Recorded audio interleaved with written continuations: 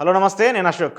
ఏపీలో వరద రాజకీయం నడుస్తుంది. విజయవాడకు వచ్చినటువంటి వరదలపైన ఏపీలో ఇరు పార్టీల మధ్య రాజకీయ వైరం కొనసాగుతుంది. అయితే ప్రభుత్వం సరిగా ఆపదలో ఆదుకోలేకపోయింది. ముందుగానే హెచ్చరిక వచ్చినప్పటికీ కూడా అక్కడ ఉన్నటువంటి పునరావాస కేంద్రాలకు బాధితులను తీసుకెళ్ళలేకపోయిందంటూ కూడా జగన్మోహన్ రెడ్డి ప్రభుత్వాన్ని వ్యాఖ్యానిస్తున్నారు. అయితే ఈ వరదలను మ్యాన్ మేడ్ ఫ్లడ్స్ అంటూ కూడా జగన్మోహన్ రెడ్డి కామెంట్స్ చేస్తూ వచ్చారు. ముందుగా ప్రభుత్వం హెచ్చరికలు చేయకపోవడం వల్లే ఇంత విపత్కరం ఏర్పడిందంటూ కూడా చెప్తూ వస్తున్నారు. ముందుగా బుడమనేరు వాగుకు సంబంధించి అక్కడ చేయాల్సినటువంటి చర్యలు చేపట్టకపోవడం వల్లే విజయవాడలోని సగభాగం మొత్తం మునిగిపోయిందని చెప్పేసి కూడా చెప్తున్నారు. అయితే జగన్మోహన్ రెడ్డికి ఏం తెలియదు, కనీసం వాగులు ఎలా ఉంటాయి, వరదలు ఎలా వస్తాయంటే కూడా తెలియదంటూ కూడా చంద్రబాబు నాయుడు కూడా వ్యాఖ్యానిస్తున్నటువంటి పరిస్థితి కనిపిస్తుంది. ఏపీ రాజకీయాలపైన ఈ వరదలకు సంబంధించిన ఇష్యూస్ పైన ఈరోజు ఇంటర్వ్యూలో మాట్లాడదాం. ఇంటర్వ్యూలో నాతో పాటు పార్టిసిపేట్ చేస్తున్నారు YCP MLA Tadipatri Chandrasekhar. Sir నమస్తే. నమస్తే అండి. సార్ ఇప్పుడు ఏంటి, ఈ వరదలు మ్యాన్ మేడ్ ఫ్లడ్సా లేదంటే ప్రకృతి విపత్తానికి బలైనటువంటి విజయవాడ అనాలా? ఇది మానవుడు సృష్టించినటువంటి మహాప్రళయంగా దీన్ని చూడాలి. ఎందుకంటే ప్రకృతిని ఆక్రమించి ధ్వంసం చేసి ప్రకృతితోటి పరాచకాలు ఆడితే ఎలాంటి విపత్తు వస్తుందో దానికి ప్రత్యక్ష సాక్ష్యం ఇవాళ ఉన్నటువంటి ఈ ఘటన. వాయనాడులో జరిగితే అమ్మో అయ్యో అన్నాం, ఇవాళ ప్రత్యక్షంగా మన ఆంధ్ర రాష్ట్రంలో చూడాల్సిన పరిస్థితి వచ్చింది. బుడమలేరు వాగు నిండడం వలన వచ్చినటువంటి ఈ విపత్తుని ఒకసారి గమనిస్తే, కొల్లేరు సరస్సుని ఆక్రమణలకు గురైంది అని దాన్ని ప్రక్షాళన చేయాలని ఎన్నో రకాలైనటువంటి ప్రయత్నాలు చేస్తున్నట్టుగా ప్రచారం చేసుకుంది చంద్రబాబు నాయుడు గారి ప్రభుత్వం గతంలో కాదా?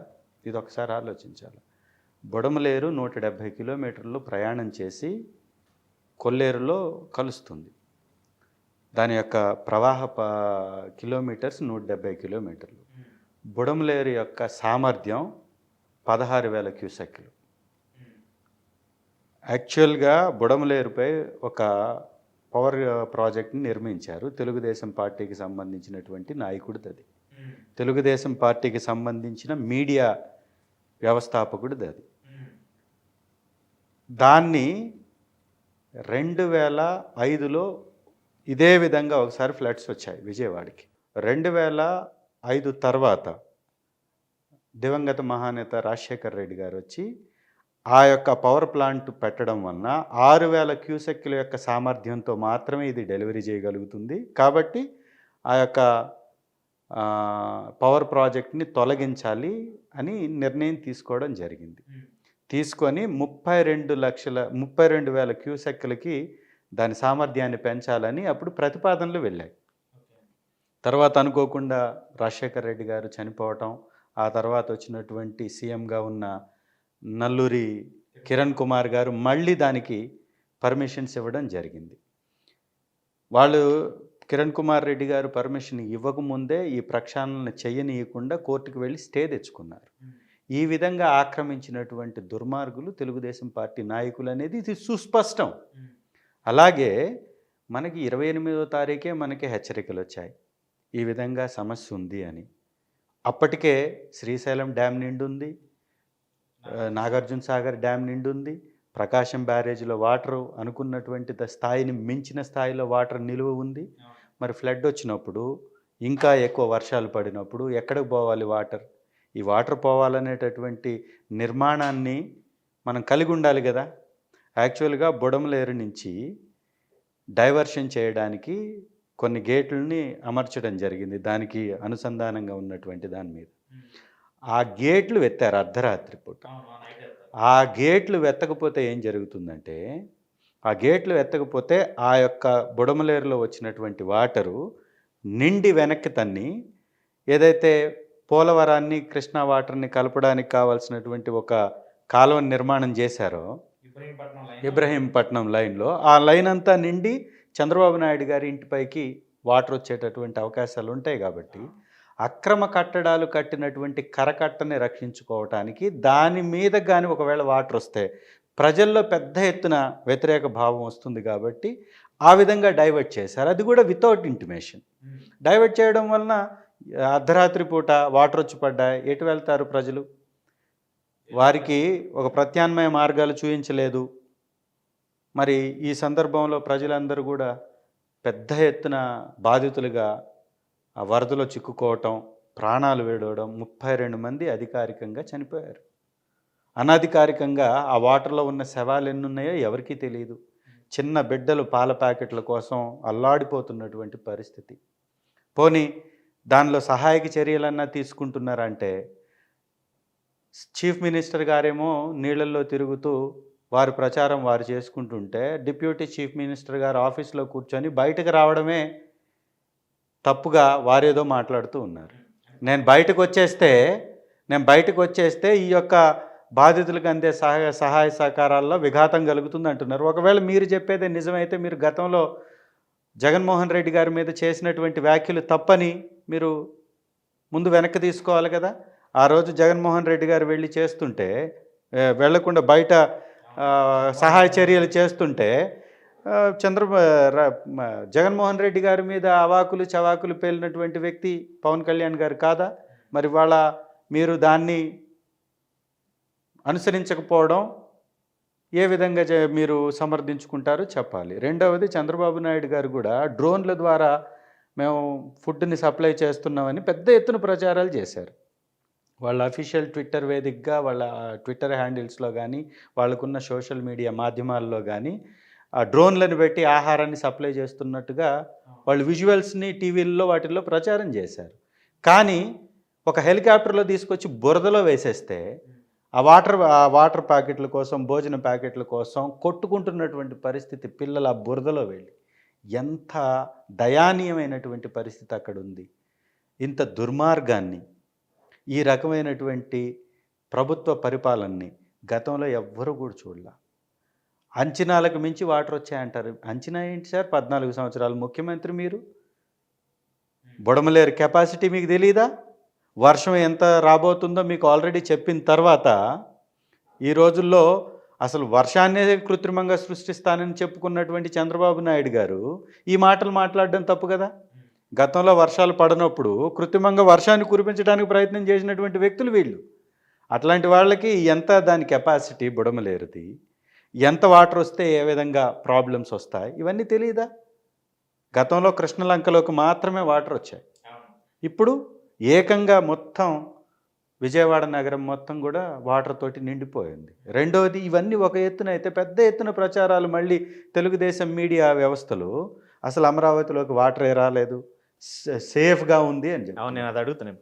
అమరావతిని అంత పెద్ద, అంటే 30,000 ఎకరాలు సేకరించి ప్రజా రాజధానిని నిర్మించాల్సిన అమరావతి నిన్న చూసుకుంటే అసలు మొత్తం ఎటు చూసినా కూడా వాటర్, మొత్తం చుట్టూ జలమయం అయిపోయింది. ఎస్ఆర్ఎం యూనివర్సిటీ కానివ్వండి, ఈవెన్ హైకోర్టు సెక్రటేరియట్ వాటిలో కూడా వరదలు వచ్చేసి ఉద్యోగులు వెళ్ళలేని పరిస్థితి, వాటికి కూడా హాలిడేలు ఇచ్చి ఇవ్వాల్సిన పరిస్థితి వచ్చింది. మరి అక్కడ ప్రజా రాజధాని కడితే ఎంతవరకు సేఫ్? ఇప్పుడు ఏమీ లేని దానికే ఇంత పెద్ద నీటి మట్టాన్ని నినిగిపోతే, రేపు నిజంగా ఒకవేళ రోడ్లు వేసేసి వేల కోట్లు ఖర్చు పెడితే అక్కడ ఎంతవరకు సేఫ్ అనేది ఇప్పుడు ప్రజల్లో వస్తున్నటువంటి కొత్త పాయింట్. ఇప్పుడు ఈ విషయాన్ని పదే వైఎస్ఆర్ కాంగ్రెస్ పార్టీ పాయింట్అవుట్ చేసింది.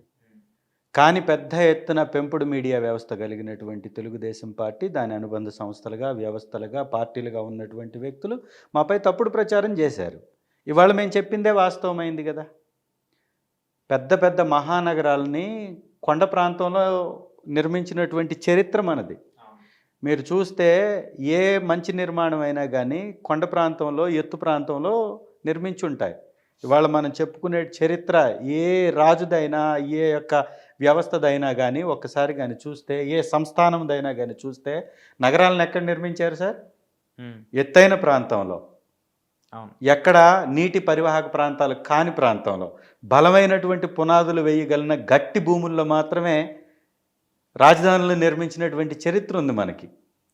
అది ఎప్పటి నుంచో మన పూర్వీకులు అవలంబించినటువంటి చరిత్ర. మరి ఇవాళ అట్లాంటి అన్నిటిని మరచి కేవలం ఒక కమ్యూనిటీ ఎక్కువగా ఉందనో, లేకపోతే ఒక పార్టీకి బలమైనటువంటి ప్రాంతమనో అక్కడ తీసుకెళ్ళి ఈ ప్రజల యొక్క ప్రాణాలను పణంగా పెట్టేసి ఆ నదీ పరివాహక ప్రాంతంలో కట్టడం అంటేనే ఈ రాష్ట్ర ప్రజల్ని నిలువున ముంచటం, నిలువున ఈ నీటిలో మన యొక్క భవిష్యత్తుని ముంచివేయటం అని మాత్రం స్పష్టంగా మనం గుర్తించాలి. ఎందుకంటే చేపట్టినటువంటి నిర్మాణాలు మునిగిపోయాయి.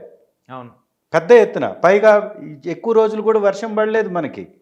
ఆ 2 days వాతావరణం ఎప్పుడు ఎలా మారుతుందో చెప్పలేనటువంటి పరిస్థితిలో మనకున్నప్పుడు కేవలం 30,000 క్యూసెక్కుల వాటర్నే సామర్థ్యాన్నే మనం డైవర్ట్ చేసే నిర్మాణం లేకుండా మనం నదీ పరివాహక ప్రాంతంలో గ్రీన్ ట్రిబ్యునల్ భూముల్లో పచ్చని పంటలు పండేటటువంటి భూముల్లో ఒక స్క్వేర్ ఫుట్ 10,000 రూపాయలు ఖర్చు అయ్యేటటువంటి భూముల్లో ఎందుకు రాజధాని నిర్మించాలి? ప్రకాశం జిల్లాలో దొనకొండ లాంటి ప్రాంతాల్లో గట్టి భూమి, మెరక భూమి, తక్కువ రేట్లో వచ్చేటటువంటి భూమి, నిరుపయోగమైనటువంటి భూమి ఇంత మనకు ఉన్నప్పుడు అందుబాటులో, అది కూడా మన గుంటూరుకి, కృష్ణాకి అన్నిటికీ దగ్గరైనటువంటి ప్రాంతంలో కట్టుకోక తీసుకెళ్ళేసి పచ్చని పంట భూముల్లో, అది కూడా అత్యంత ఖరీదైనటువంటి విలువైన భూముల్లో, అత్యంత ఖర్చు అయ్యేటటువంటి భూముల్లో ఎందుకు నిర్మించాలి సార్? ఎవరి కోసం నిర్మిస్తున్నారు? ఒక స్క్వేర్ ఫుట్ గడ్డ పైన గట్టి భూమి మీద నిర్మిస్తే 2,000 రూపాయలు అయ్యే స్క్వేర్ ఫుట్ అక్కడ నిర్మించడం వల్ల 10,000 రూపాయలు స్క్వేర్ ఫుట్ అవుతుంది. దీనికి ఎగ్జాంపుల్ కూడా మన కళ్ళ ఎదుట కనపడుతుంది. కట్టినటువంటి హైకోర్టుకి, కట్టినటువంటి సచివాలయం, అవి కూడా టెంపరవరీలకి స్క్వేర్ ఫుట్ 10,000 రూపాయలు తీసుకున్నటువంటి ప్రభుత్వం ఇదే ప్రభుత్వం, చంద్రబాబు గారి ప్రభుత్వం. మరి 10,000 రూపాయలు ఖర్చు పెట్టి ప్రజల జీవితాలని ఆ మట్టిలో బురదలో కుక్కివేయకపోతే, గడ్డ ప్రాంతం, ఎత్తైనటువంటి ప్రాంతం, అందరికీ ఆమోదయోగ్యంగా ఉండే ప్రాంతం, వెనకబడినటువంటి ప్రజల్ని ఆదుకునేటటువంటి ప్రాంతం, మనకి కావాల్సినంత ప్రభుత్వ భూమి అందుబాటులో ఉన్నటువంటి ప్రాంతాన్ని వదిలివేసి ఇక్కడ ఎందుకు కడుతున్నారు అనేది ప్రజలకు సమాధానం చెప్పాలి. ఇది పెద్ద చర్చనీయాంశం. ఇది చర్చనీయాంశం. ఇప్పుడు ప్రజలు ఆలోచించింది ఏంటి? చంద్రబాబు నాయుడు గారు ఇక్కడ ఒక రాజధాని కట్టుతున్నారని చెప్పేసి ముందుగానే ఎస్టాబ్లిష్ చేసుకెళ్లారు. ఆ తర్వాత మీరు 3 రాజధానులు అని చెప్పారు. ఆ 3 రాజధానుల అంశం మీకే తిప్పికొట్టిన పరిస్థితిని కూడా చూశారు. కానీ ఇప్పుడు ప్రజలు మీరేం చెప్పినా నమ్మే పరిస్థితిలో వాళ్ళు లేకుండా ఉండిపోయారు సార్. ఇది ఒక తప్పుడు వాదన, తప్పుడు ప్రచారం. 3 రాజధానులు అనేటటువంటి మాటకి మన చరిత్రను ఒక్కసారి చూసుకుంటే ఇది వాస్తవమా, కరెక్టా కాదా తెలుస్తుంది. మన యొక్క ఏపీకి ఎన్నిసార్లు రాజధానులు కోల్పోయినటువంటి చరిత్ర ఉందండి? 3 సార్లు రాజధానిని కోల్పోయాం. ఒకసారి చెన్నాపట్నాన్ని కోల్పోయాం, ఒకసారి కర్నూలుని కోల్పోయాం, ఒకసారి హైదరాబాదును కోల్పోయాం. ఇవాళ ఏ ప్రాంతాన్ని చూసుకున్నా కానీ ఎడారి బీడు భూములుగా ఉన్నటువంటి చరిత్ర మనది. దివంగత మహానేత రాజశేఖర్ రెడ్డి గారి జలయజ్ఞంలో భాగంగా అనేక ప్రాజెక్టులని ఈ రాష్ట్రానికి కానీ తీసుకొచ్చి ఉండకపోతే మన భవిష్యత్తు అంధకారంలో ఉండేటటువంటి పరిస్థితి. ఆ రోజు ఆయన తీసుకున్నటువంటి ఆ ముందు చూపు, ముందు చర్య వలన ఇవాళ మనకి ఎంతో కొంత పంట భూముల వలన, ఆ వాటర్ సోర్సెస్ని క్రియేట్ చేసుకోవడం వలన మన యొక్క రాష్ట్రం వెనబడిపోకుండా, ఎక్కడా కూడా మనం వేరే రాష్ట్రాలతోటి వెనక్కి వెళ్లకుండా కాపాడగలిగింది. ఇవాళ ఆర్థికంగా పెరగాలంటే, ఎదగాలంటే పారిశ్రామిక రంగం, ఐటీ రంగాన్ని మనం అందిపుచ్చుకోవాలి. పారిశ్రామిక రంగం రావాలన్నా, ఐటీ రంగం రావాలన్నా అన్ని అనుకూలమైనటువంటి అవకాశాలు ఉంటే మాత్రమే వస్తాయి. గుర్తుంచుకోవాలి మనం.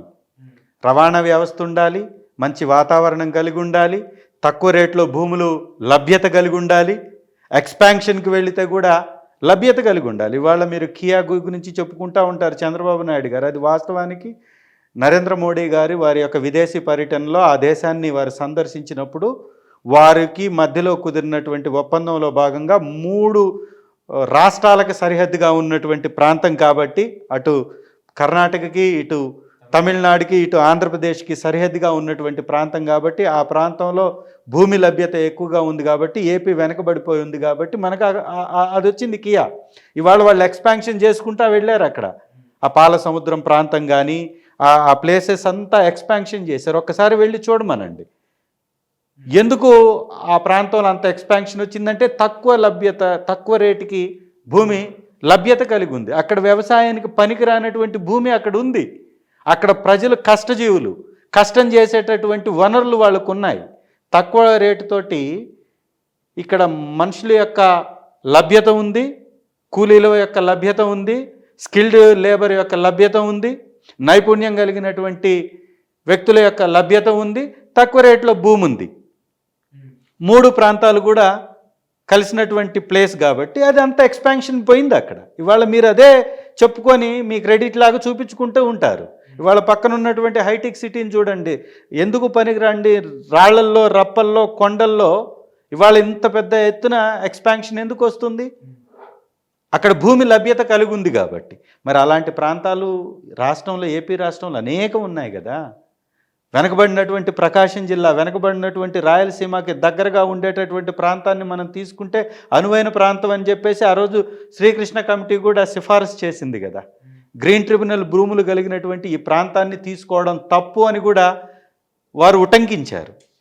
ఇవన్నిటిని ఏం చేశారంటే మేధావులుగా ఉన్నటువంటి వ్యక్తులు కానీ, లేదా సమర్థనీయంగా దీని గురించి విశ్లేషించగలిగినటువంటి వ్యక్తులు కానీ వీరెవరూ కూడా బయటికి రాలా. ఎందుకంటే ప్రభుత్వం, ఆ రోజు ఉన్నటువంటి ప్రభుత్వం పెద్ద ఎత్తున తప్పుడు ప్రచారం చేస్తున్నా కానీ మాకెందుకు లేని వారు పక్కన ఉండిపోవడం వలన ఇవాళ మన రాష్ట్రానికి గతి పెట్టింది. విజయవాడకి మనకి ఆయుపట్టుగా ఉన్నటువంటి కృష్ణానది ఏ రోజు మనకు వర్షం పడినా పడకపోయినా ఎప్పుడు వరద వస్తుందనేది మన చేతిలో లేనటువంటి పరిస్థితి.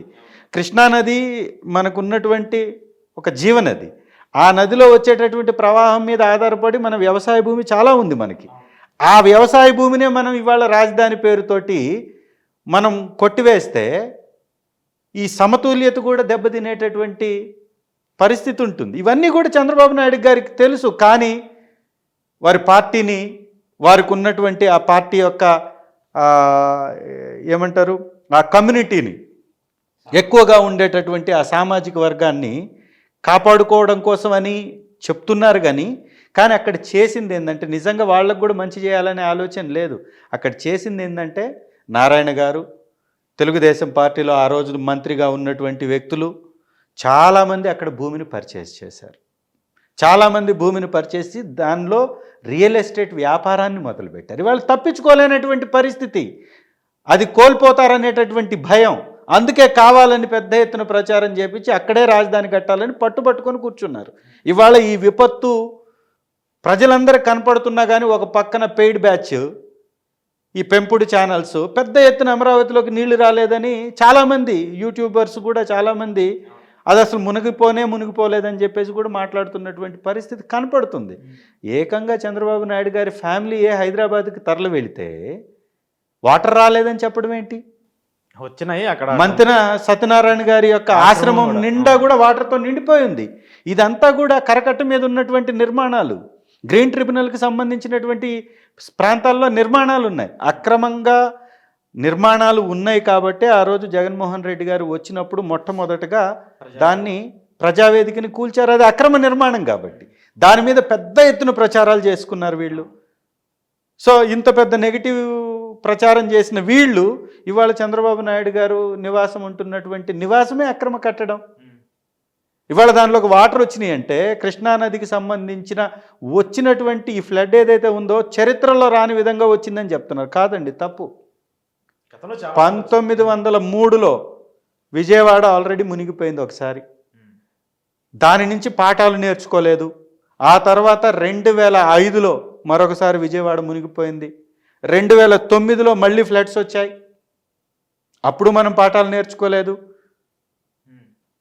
గతంలో 2014 నుంచి 19 వరకు చంద్రబాబు నాయుడు గారి పరిపాలనలో అదే ఇంట్లో ఉండేసి పరిపాలన సాగించారు. అంటే ఇంత ఎగ్జాంపుల్స్ మనకున్న బుడమలేరు కెపాసిటీ గురించి మనకి తెలిసిన, అది మనకి మురికి కూపంగా మారిపోయింది, దానిలో ఏ విధమైనటువంటి డెవలప్మెంట్ లేదు అని తెలిసిన వారికి చెందినటువంటి వ్యక్తులకి అక్కడ పవర్ ప్లాంట్లు పర్మిషన్స్ ఇప్పించుకొని నడుపుతున్నారు వాళ్ళు. కాబట్టి ఇంత పెద్ద విపత్తు వచ్చి మనకి ఇన్ని ప్రాణాలు పోయినాయి.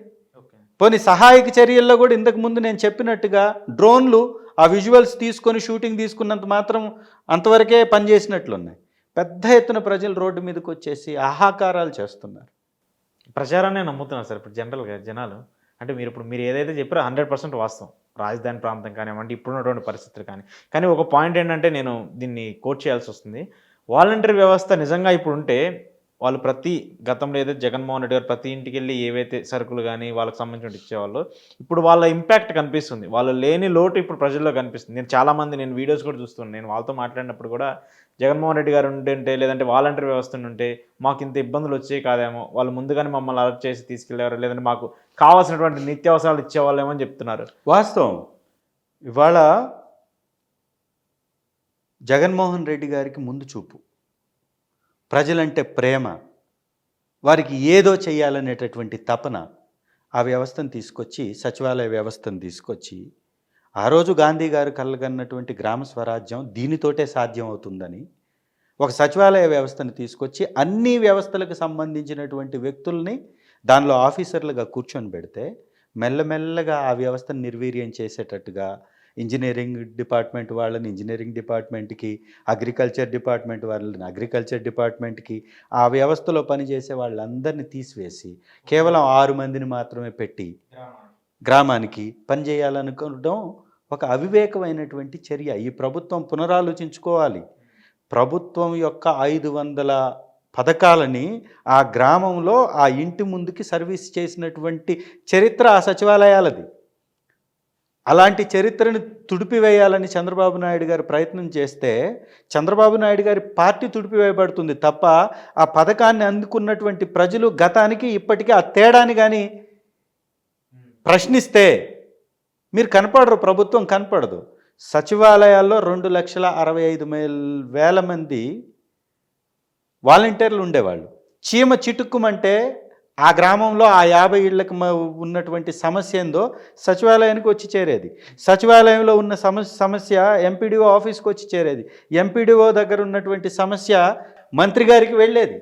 దాని మీద ప్రత్యామ్నాయ వ్యవస్థలు పనిచేసాయి, మార్గాల ద్వారా ఫలితాలు వచ్చేది. ఇవాళ 2,65,000 మంది వాలంటీర్లని నిరాశ్రయుల్ని చేస్తూ వారి కుటుంబాలను రోడ్డును పడవేసి 10,000 రూపాయలు ఇస్తానని వారికి ఆశ చూపించి ఆ వ్యవస్థ భూతం అని చెప్పేసి ఒక వైపున మాట్లాడి ఇవాళ అందలం ఎక్కిన వెంటనే వారందరినీ కూడా రోడ్డును పడేశారు.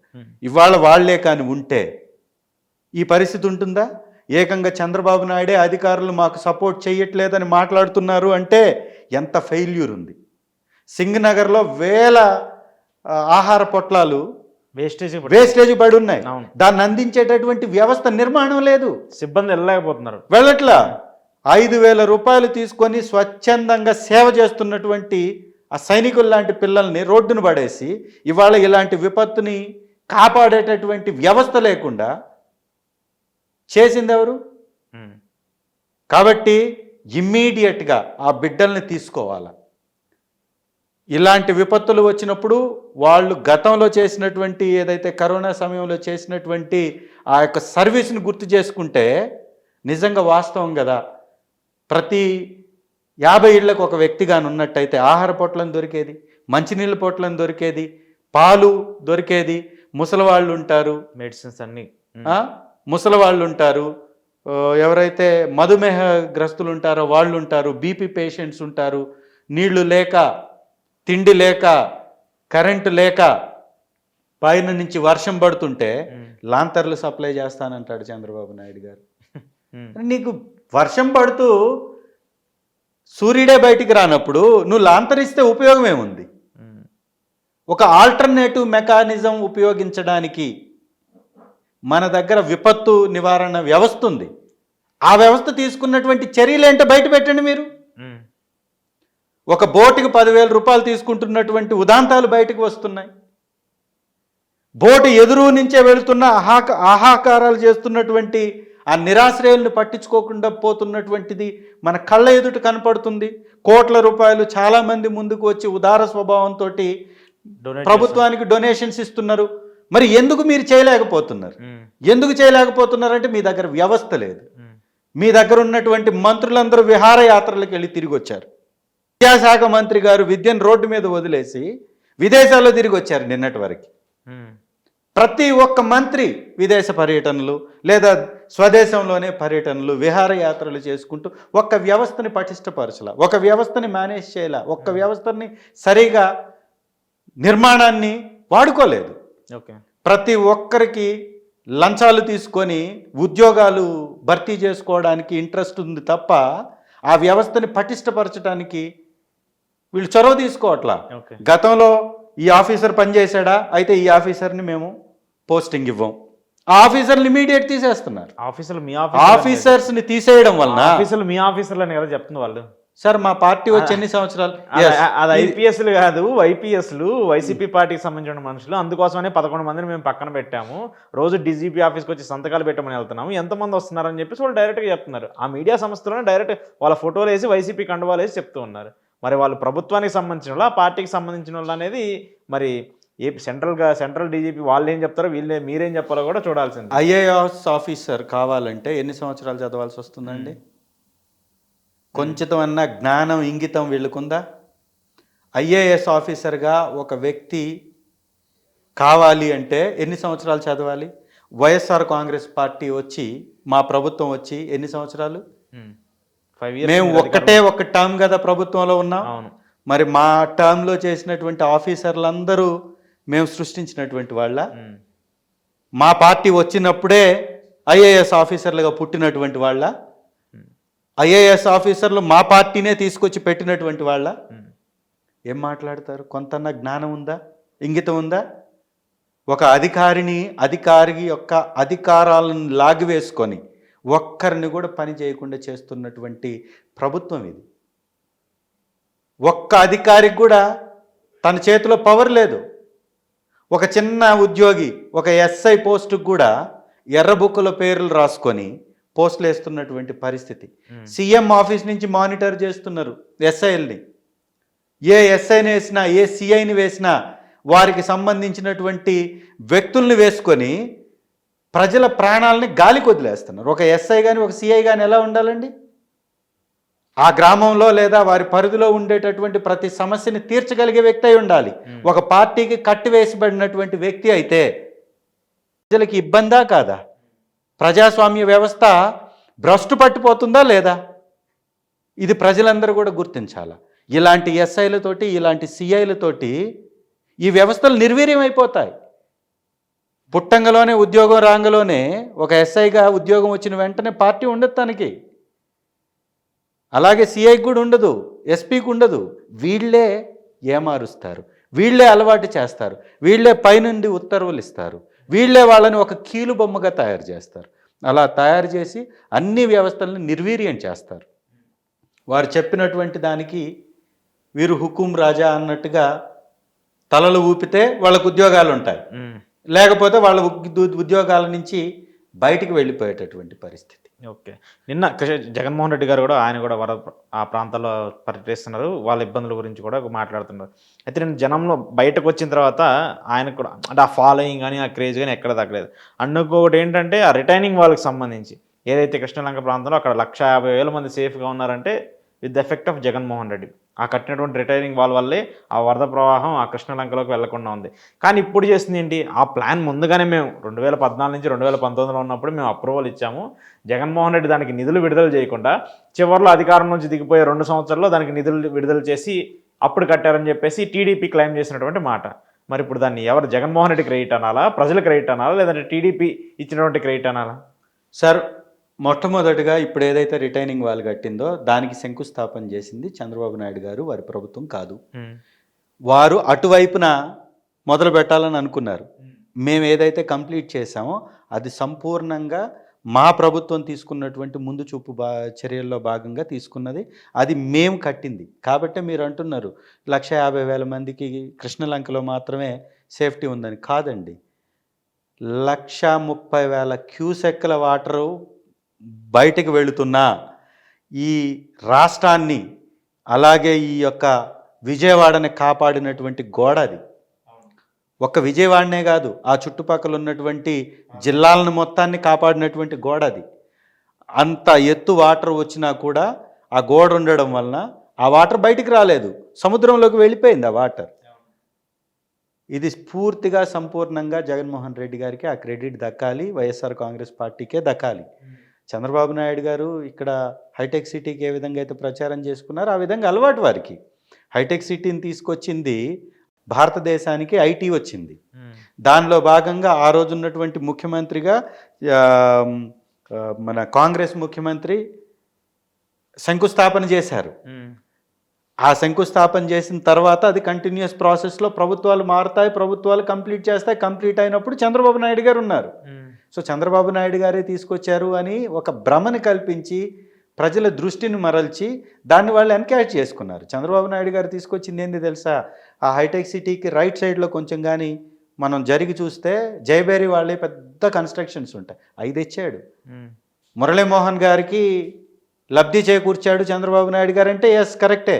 ఆ చుట్టుపక్కల ఉన్నటువంటి 100 ఎకరాల భూమిని వీరికి సంబంధించినటువంటి వ్యక్తులు అక్కడ పర్చేజ్ చేస్తారు, రియల్ ఎస్టేట్ వ్యాపారం చేస్తారు. అవి మన కళ్ళకి కనపడుతున్నాయి. పెద్ద ఎత్తున నిర్మాణాలు ఉన్నాయి. జైబేరి వాళ్ళు ఆ వ్యవస్థలకు సంబంధించినటువంటి వాళ్ళు కట్టిన నిర్మాణాలు అక్కడ కనపడుతున్నాయి. వాటి క్రెడిట్ తీసుకోమనండి చంద్రబాబు నాయుడు గారిని. అంతే తప్ప ఎవరో తెచ్చినటువంటి వ్యవస్థల్ని తన ఖాతాలో వేసుకోవడం అనేది తప్పుడు చర్యగా మనం చూడాలి. పవన్ కళ్యాణ్ గారు నిన్న ప్రెస్ మీట్ పెట్టి ఒక మాట అన్నారు. గత 5 ఏళ్లలో అక్రమ నిర్మాణాలు ఎక్కువైపోయినాయి. అక్రమ నిర్మాణాల వల్ల కూడా విజయవాడలో ఇంత వరద రావడానికి కారణం. సో హైడ్రా లాగా విజయవాడలో కూడా ఒక తీసుకొచ్చి అక్రమ నిర్మాణాలన్నీ కూల్చేస్తామని చెప్పి చెప్తున్నారు. బ్రహ్మాండంగా కూల్చమని చెప్పండి, మేము కూడా స్వాగతిస్తున్నాం. నిజమే, చంద్రబాబు నాయుడు గారు శిష్యుడిగా చెప్పుకునే పక్కనున్న ముఖ్యమంత్రి గారు వారే ఎగతాళి చేశారు మన రాష్ట్రాన్ని. పిటి, నిజంగా very pity issue. Revanth Reddy గారు ఏమన్నారు? పక్క రాష్ట్రంతో పోల్చుకుంటే మనం ఎంత బ్రహ్మాండంగా ముందు చూపుతోటి ఉన్నామో వారు ఫెయిల్ అయిపోయారు, మనం సక్సెస్ అయ్యామని వారు మాట్లాడారు ఈరోజు మీడియాలో. మీరు ఒకసారి వినండి. అంటే పక్క రాష్ట్రాలే మన మీద నవ్విపోతున్నటువంటి పరిస్థితి. నిజంగా కూడా ఎవరైతే ఆక్రమించున్నారో కొల్లేరు లాంటి అతి పెద్ద మంచినీటి సరస్సుని ఆక్రమించినటువంటి ఈ యొక్క పెత్తందారీ వ్యవస్థలో కలిగినటువంటి వ్యక్తుల యొక్క నిర్మాణాలని కూల్చాలి. చంద్రబాబు నాయుడు గారు 14 సంవత్సరాలు పరిపాలించాడండి. ఎవరు ప్రోత్సహించినట్టు? వైఎస్ఆర్ కాంగ్రెస్ పార్టీ ప్రభుత్వం కేవలం 5 సంవత్సరాలు మాత్రమే పరిపాలించింది. ఎవరు ఆక్రమించినట్టు? 14 సంవత్సరాల ముఖ్యమంత్రి, 15 సంవత్సరాల ప్రతిపక్ష నాయకుడు చంద్రబాబు నాయుడు గారు. ఏమైంది ఆయన యొక్క దూరదృష్టి? ఏమైంది సంపద సృష్టి? ఏమైంది ఆయన విజన్? ఎక్కడైంది విజనరీ? ఎక్కడికి పోయింది? గతంలో గోదావరి పుష్కరాల్లో ఒక ప్రచారం కోసం 25 మంది పైచీలకు బలిగొన్నటువంటి చరిత్ర కలిగినటువంటి వ్యక్తులండి వీళ్ళంతా, కృష్ణా పుష్కరాల్లో. కాబట్టి ఇవన్నీ కూడా ప్రచారం చేసుకోవడానికే ఉపయోగపడుతున్నాయి తప్ప ప్రజల మీద ప్రేమ లేదు, వారిని రక్షించాలనేటటువంటి బాధ్యత లేదు. నిజంగా ప్రతి ఒక్కళ్ళం, మీరు నేను మనలాంటి వాళ్ళందరం కూడా కాంట్రిబ్యూట్ చేయాల్సిందే, ఖచ్చితంగా ఆదుకోవాల్సిందే. ఆ కుటుంబాలు, నిరాశ్రయులైనటువంటి కుటుంబాలకి ప్రభుత్వం అండగా ఉండాలి. జగన్మోహన్ రెడ్డి గారు ఇవాళ మా అధ్యక్షులు వారు కాల్ ఇచ్చారు. 25 లక్షల రూపాయలు కనీసం వాళ్ళని ఒక్కొక్క కుటుంబానికి ఆదుకోవాలని చెప్పారు. కాబట్టి నిర్మాణాలు కోల్పోయినటువంటి వారిని, నిరాశ్రయులుగా ఉన్నటువంటి వారిని ప్రభుత్వం వెంటనే ఆదుకోవాలి. ప్రతి ఒక్కరు కూడా మానవతా దృక్పథంతో పార్టీలకు అతీతంగా ప్రతి ఒక్కరు దీనిలో కాంట్రిబ్యూట్ చేయాలి. మా వంతు సహకారం మేము కూడా చేస్తాం. ఖచ్చితంగా ఇది అందరి బాధ్యత. ఏ ఒక్క పార్టీ మీదో ఏ ఒక్క వ్యక్తి మీదో నెట్టి తప్పించుకోకుండా అందరం కలిసి చేయాల్సినటువంటి సమయం ఇది. ఏపీ రాష్ట్రాన్ని కాపాడుకోవాల్సినటువంటి సమయం.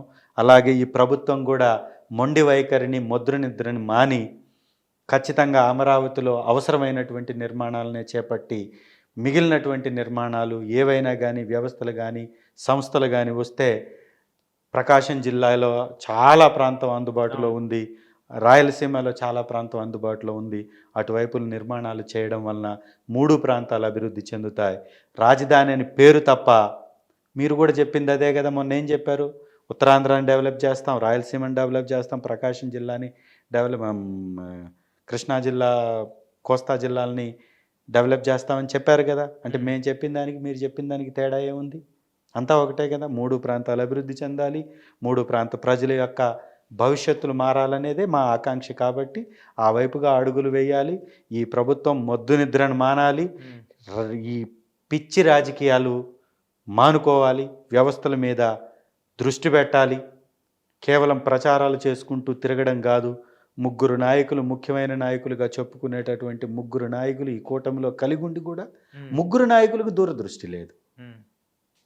ఏదో ఒక రియాక్టర్ పేలి మనుషులు చనిపోతే డిప్యూటీ చీఫ్ మినిస్టర్ గారు వాళ్ళ మీద సెక్యూరిటీ ఆడిట్ చేస్తే, భద్రతా ఆడిట్ చేస్తే ఆ కంపెనీలు వెళతాయి, మేము ఆడిట్ చేయలేదు అన్నాడు అంటే ఎలాంటి మాటలు మాట్లాడుతున్నారు? నాకు అదే లింకప్, ప్రతిదానికి లింకప్. గతంలో జగన్మోహన్, ఇప్పుడు ఈ వరదలు రావడానికి కూడా గతంలో జగన్మోహన్ రెడ్డి గారు కారణం. ఎందుకంటే అప్పుడు సరిగా చర్యలు తీసుకోలేదు, అక్రమ కట్టడానికి వాళ్ళు పర్మిషన్స్ ఇచ్చారు కాబట్టి ఇలా వచ్చినాయని చెప్తున్నారు.